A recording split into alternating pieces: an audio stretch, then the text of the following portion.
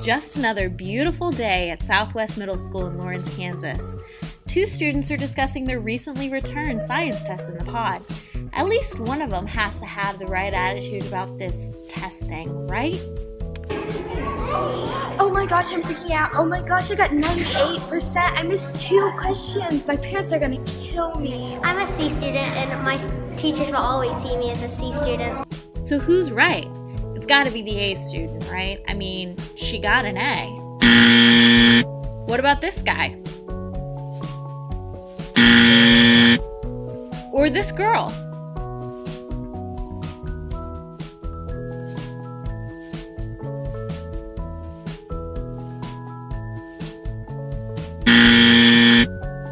Gotta be this guy.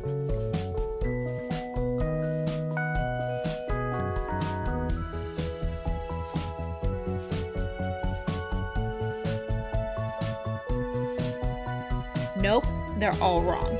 We get it. It seems like yesterday you were in elementary school and grades were letters, not numbers, turned back into letters. But now you're in middle school and things are different. Maybe no one ever explained it to you, or maybe you forgot. It doesn't matter. We're here now to tell you the truth about grades. In 7th grade, there are 2 grading systems, points and weighted.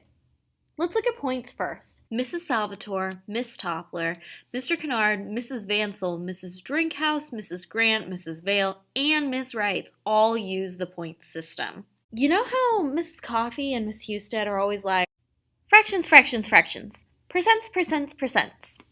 You'll need this stuff someday. Well, they're totally right. You need it now. It turns out the point system is just fractions and percentages.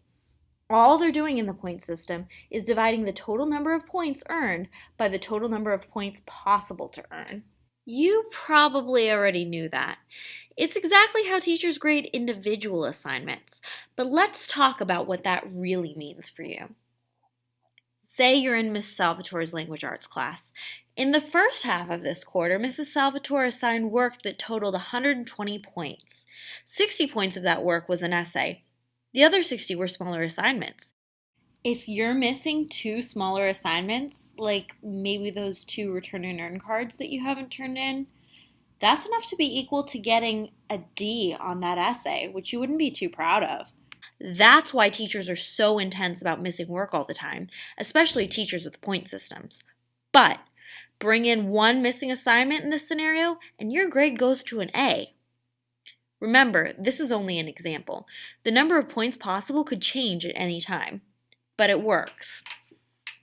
On the flip side, let's imagine you're a student like our overachiever from earlier.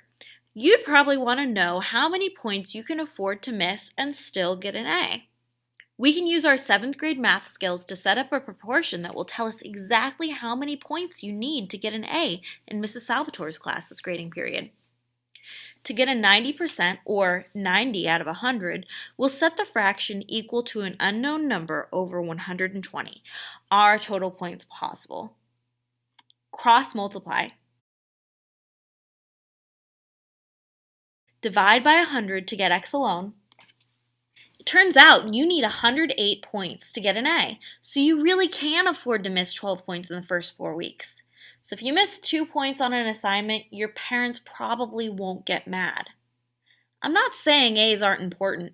You'll need them to get into college, and they do prove you've learned the material. But it's okay sometimes to not get a perfect score. You can still end up with an A, and colleges can't see your middle school grades anyway. The important thing is to do your best. If grades are stressing you out too much, talk to your teachers or talk to a counselor. We can help.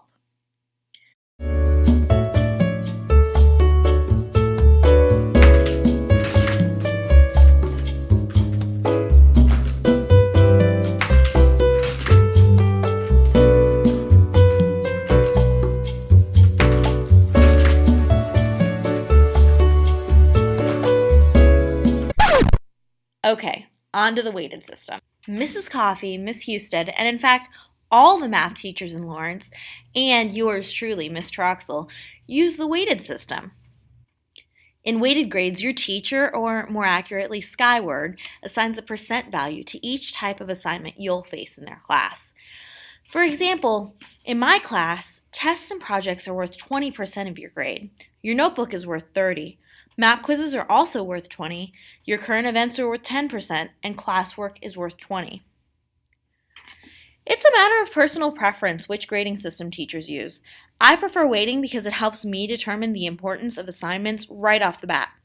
I know not all kids have a quiet space to do homework, so I can set a smaller value to my current events homework that will let a kid who doesn't always turn in homework get an A in my class. However, a teacher who uses a point system might dislike the weighted system for the same reason. It is technically possible to get a 90% A without turning in a single current events organizer in my class. However, this would be extremely difficult because that student would have had to get a perfect score on literally every other assignment. Let's talk about what a C student's grade might look like in my class. To determine this student's grade, we still divide the points earned by the points possible.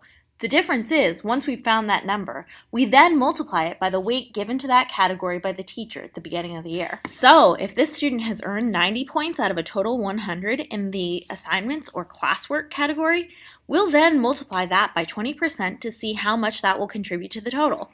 It looks like this student will receive 18 out of a possible 20% for her classwork, so that's awesome. On the other hand, breaking it down by category like this lets us see where there are weaknesses as well.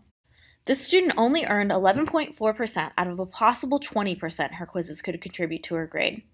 She should focus more on retaking my quizzes than turning in missing work if she wants to bump her grade. You're probably wondering why the notebook category is 0 and if that counts against you. I haven't graded notebooks yet this quarter because we haven't really used them. That's okay. It just means that it was only possible to earn 70% of the grade. Since this student earned 52.5% of a possible 70%, when we divide, we find that she has a 75% C. If this student were to retake her quizzes and receive hundreds, her points earned would increase to 61.1%. Divide that by the 70% that's possible, and she'd have an 87% B. This is also why some teachers might not give you extra credit when you ask for it.